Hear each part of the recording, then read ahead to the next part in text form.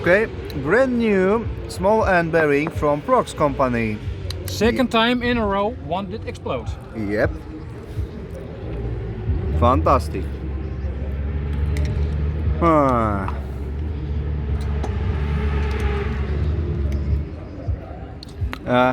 But Kuno, No. one piston is fine. Yeah.